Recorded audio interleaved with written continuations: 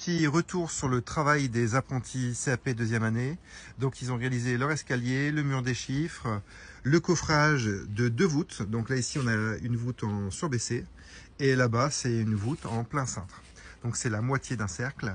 Là ici pour l'axe surbaissé, le principe c'est qu'à l'axe on va avoir une flèche et cette flèche elle est inférieure à la demi-portée. Pour le plein cintre, la flèche elle sera égale à la demi-portée. Donc là ils ont fait une voûte composée de briques et qui est doublé, donc qui croise à chaque fois, un coup dans un sens, un coup dans l'autre. C'est assez compliqué, donc de manière à être régulier. Les voûtes, normalement on fait plus ça avec des brevets professionnels. Là ici, vu que le niveau des apprentis est quand même correct, voire élevé, donc ils ont eu des petites voûtes à faire. Donc ça met un petit challenge supplémentaire. Voilà. Bien sûr, il y a des erreurs, il y a des choses à éviter. Là ici, il y a des petits décrochés.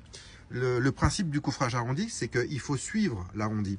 Donc si on ne pose pas à plat la brique contre le coffrage, et ben ça va faire des décrochés. Donc en fait, il faut juste s'imaginer, une fois le coffrage enlevé, là ici, on aura des dents de scie, on aura des petits escaliers.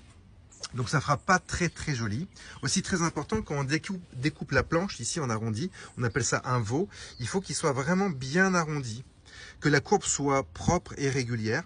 Si par endroit il y a des creux comme ici ou ici, et ben le contreplaqué cintrable que l'on met après en pot de coffrage ici là, il est très fin et il va se plaquer parce qu'on va le pointer sur le veau et il va se plaquer contre ses irrégularités, contre ses défauts et du coup ça va occasionner des petites vaguelettes qu'on peut voir ici.